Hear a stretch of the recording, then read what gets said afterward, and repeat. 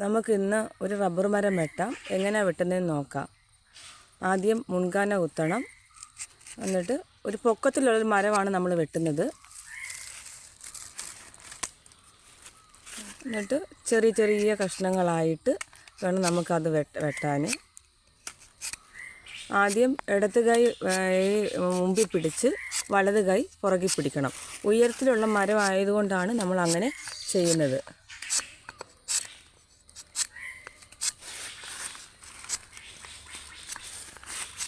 എന്നിട്ട് അവസാനം കൊണ്ട് പിൻകാന കുത്തി വരണം. നമ്മളെടുത്ത് പൊക്കത്തിലുള്ള മരമൊക്കെ വെട്ടച്ച് പ്രയാസമാണ്. ഉയരം കൂടുന്തോറും നമുക്കിച്ചിരി പ്രയാസമാണത്.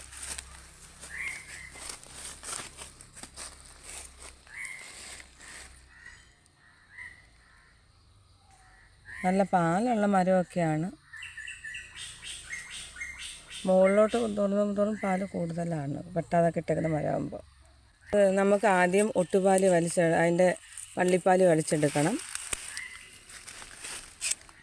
ഇത് കുറേ നാൾ വെട്ടായിട്ടിരുന്ന മരമാണിത്.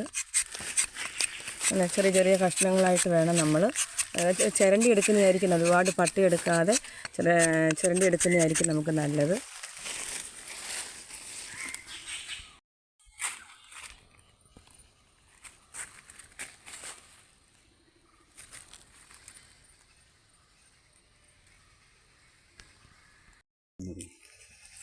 നമുക്കിന്നൊരു ചോട്ടിലൊരു മരം വെട്ടാം.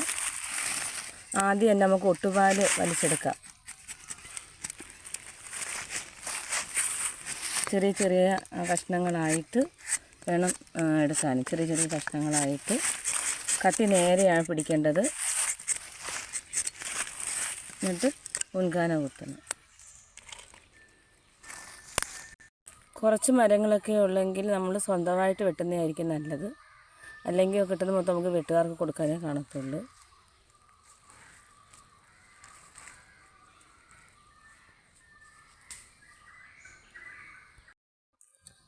നമുക്ക് അടുത്ത ഒരു മരം വെട്ടാം. നമ്മൾ വെട്ട് തുടങ്ങിയതേ ഉള്ളൂ.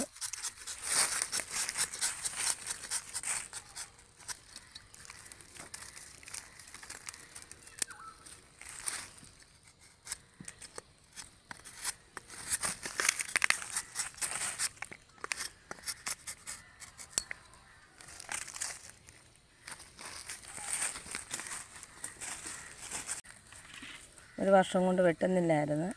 അങ്ങനെ ഇട്ടിരുന്ന മരമാണിത്. ഇപ്പം വെട്ടിയപ്പോൾ നല്ല പാലുണ്ട്. നമ്മൾ 2-3 ദിവസമായേ ഉള്ളൂ വെട്ടാൻ തുടങ്ങിയിട്ട്.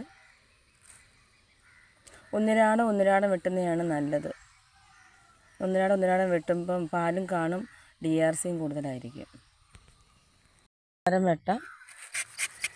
ആദ്യം അതിൻ്റെ പിൻകാന കുത്താം.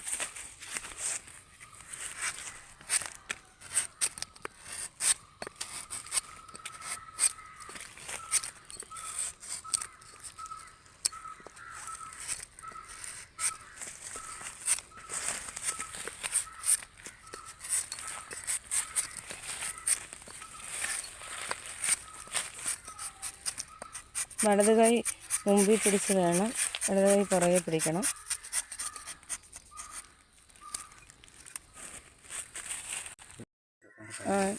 ഇത് പട്ടമരപ്പ് വന്നൊരു മരമായിരുന്നു. ഇപ്പം പട്ടമരപ്പ് മാറി. ആദ്യമായിട്ട് നമ്മൾ ഇന്ന് ചീകി നോക്കുകയാണ് ചെയ്യുന്നത്. നല്ല പാലുണ്ട്. ഇപ്പം വെട്ടിയപ്പോൾ പാല് വരുന്നുണ്ട്. നല്ല വലിയൊരു മരമാണിത്.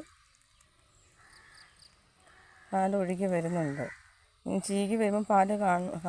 കാരണം നല്ല 1-2 വർഷം, 1 വർഷത്തിൽ പുറത്ത് ഇത് വെട്ടാതിട്ടിരുന്ന മരമാണ്. കാരണം നല്ല പട്ടമരപ്പായതുകൊണ്ട് പാല് കുറവായതുകൊണ്ട് നമ്മളിത് നിർത്തിയിട്ടിരുന്ന മരമാണ്. അങ്ങനെ വന്നപ്പോൾ ഇപ്പം വെട്ടിയപ്പോൾ പാലുണ്ട്.